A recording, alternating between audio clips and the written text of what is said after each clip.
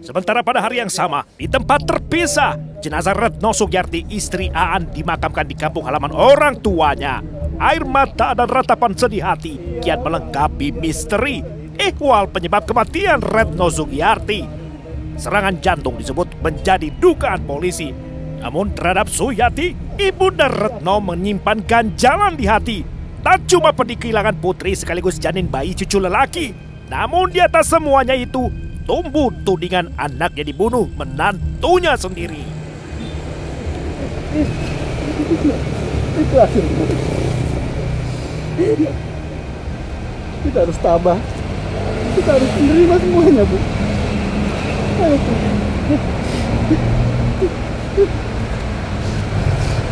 Ibu.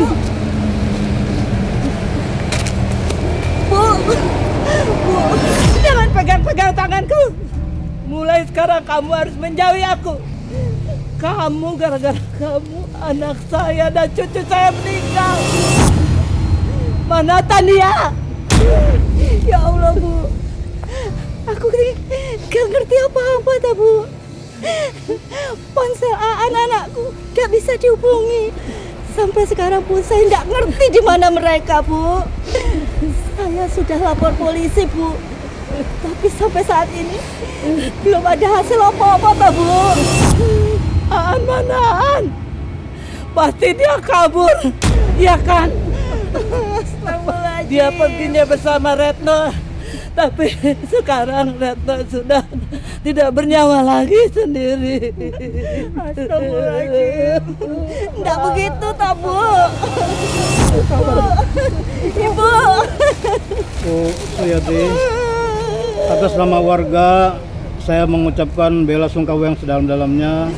Semoga Ibu kuat menerima cobaan ini dan mudah-mudahan yang lainnya bisa segera kesembuhan.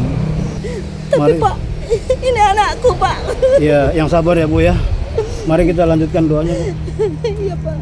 Tragedi telah beranak pinak. Akankah hukum akan berpihak? Atau sebaliknya, dalang perkara tetap bebas berkeliaran dengan congkak? Tetap di Rajapati selepas jeda berikut ini.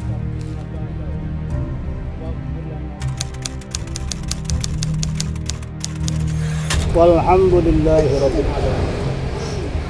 Ya Allah, Le. Gimana kamu, Nak? Tania, cucuku, di mana kamu, Nak? Maafin Ibu, Nak.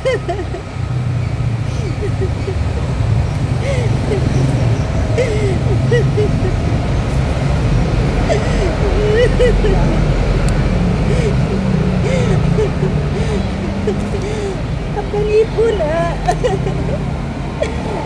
Ya Allah. Mana cucuku? Suyati mengalami depresi, tertuduh dan merasa tidak berarti.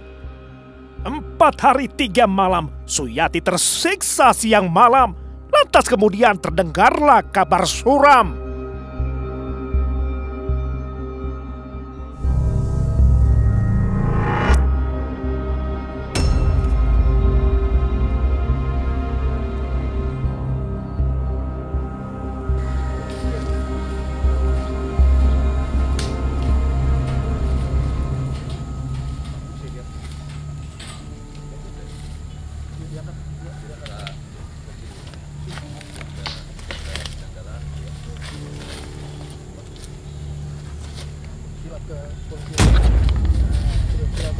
Jenazah bapak dan anak di tengah sungai, keduanya tergeletak.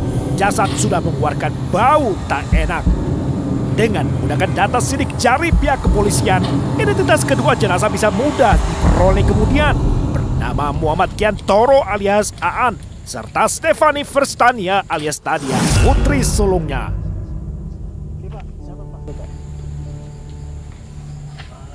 Temuan berawal dari laporan warga bernama Siswanto saat berburu burung di hutan.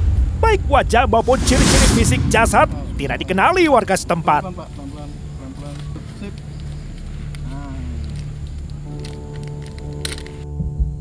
Polisi juga belum memastikan adakah kematian disebabkan pembunuhan atau kecelakaan. Pria kepastiannya diserahkan pada hasil pemeriksaan visum kemudian. Sementara polisi menyita sejumlah barang bukti penyelidikan, termasuk sebuah botol bekas minuman.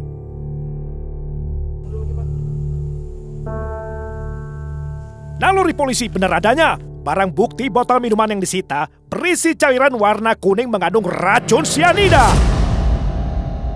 Sementara proses visum kedua jenazah tersandung kendala. Ahli forensik mustahil bisa menyelidiki penyebab kematian karena rumah sakit salah menangani jenazah korban.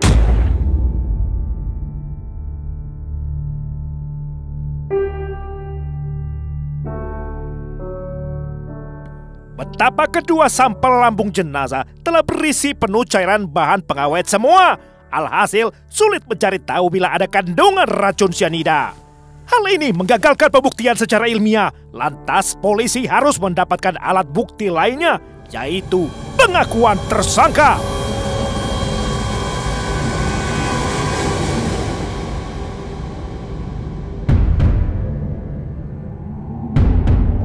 Ayo, masuk kamu. Pak, bukan aku Pak pelakunya Pak. Bapak ini salah orang Pak. Bodoh kamu, Pak.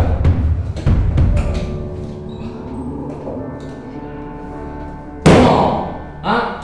Pak, bukan aku Pak pelakunya Pak. Bapak ini salah orang Pak. Salah orang bagaimana, ha? Diri kamu. Diri.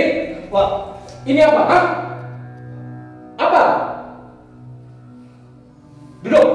Senin dini hari, aparat Polres Madiun menangkap Agus Basuki, terduga tersangka utama pelaku Rajapati. Setelah keterangan saksi ditelusuri, mulai dari saksi keluarga hingga sopir taksi, semua informasi mengarah pada keterlibatan Agus Basuki.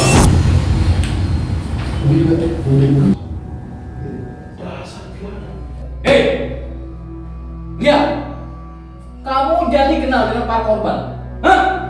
Dalam proses interogasi, meski awalnya ia menyangkali, namun akhirnya Agus mengakui. Lantas ia membeberkan kronologi kejadian kepada polisi.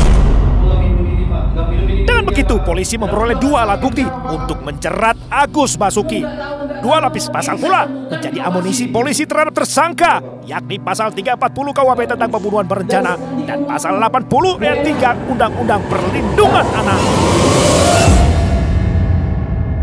Selasa 28 Mei 2013, hari ketika Agus Basuki selaku terdakwa mendapatkan balas. Ketika Majelis Hakim Pengadilan Negeri Kabupaten Madiun memutus tegas, menyatakan terdakwa terbukti bersalah dengan lugas.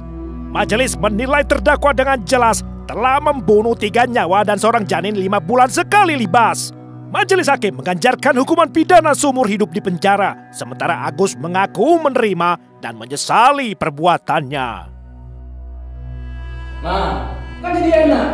Kalau kamu cepat mengaku, pemeriksaan jadi lebih mudah. Orang tua korban tetap tak bisa terima. Mereka menuntutkan hukuman mati adalah pantas bagi terdakwa. Ini kita maaf, Pak. Ini buruan, Pak.